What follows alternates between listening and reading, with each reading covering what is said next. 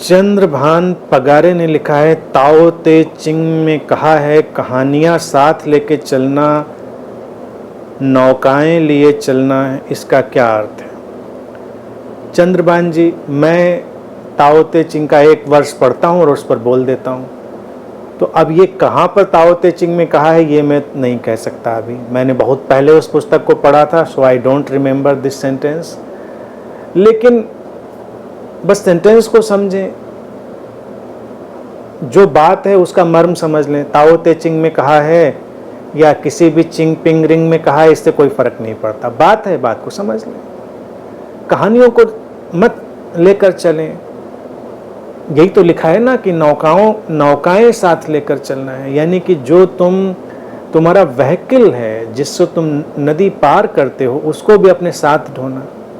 मैं जहाँ तक समझता हूँ ये बुद्ध का वक्तव्य है। बुद्ध इस बात को अक्सर कहते थे कि नदी पार करना और फिर नौका को सिर पे मत ढोना। कुछ लोग ऐसे होते हैं, नदी पार कर लेते हैं और नौका को सिर पे ढोते रहते हैं। ये बुद्ध का प्रसिद्ध वक्तव्य है।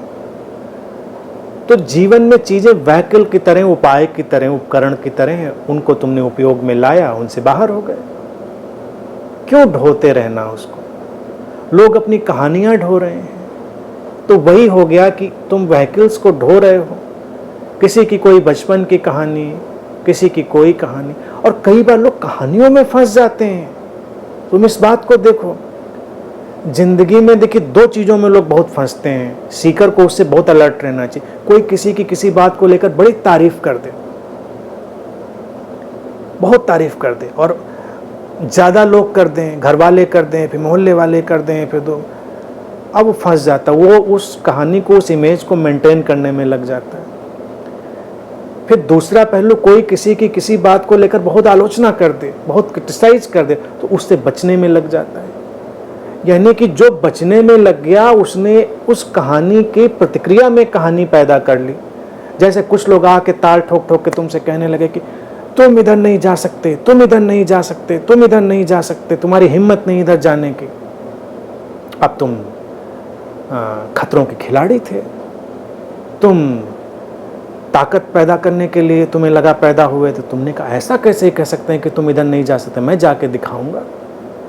फंस गए तुम उनके जाल में। तुम्हें जाना नहीं था, लेकिन तुम जाके दिखाओगे, तुम चल पड़े उधर।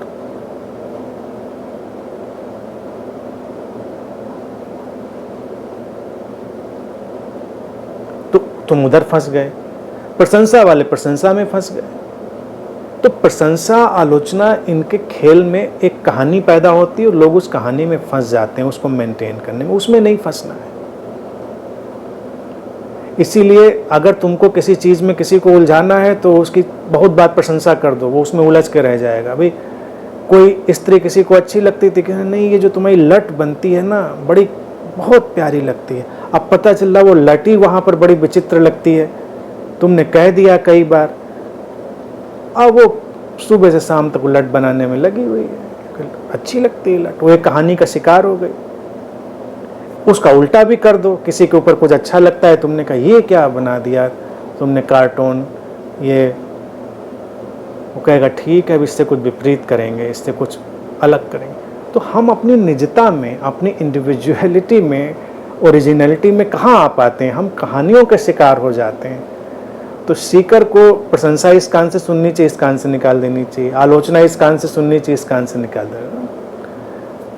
जो तुमको सहज लगता है वो करिए।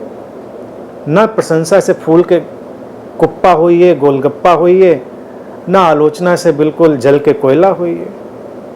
ठीक है, अस्तित्व ने ऐसा ही रचा होगा तुमको, भाई स्वीकार करिए उसको, शांति से चलिए। समस्या कहाँ पर है?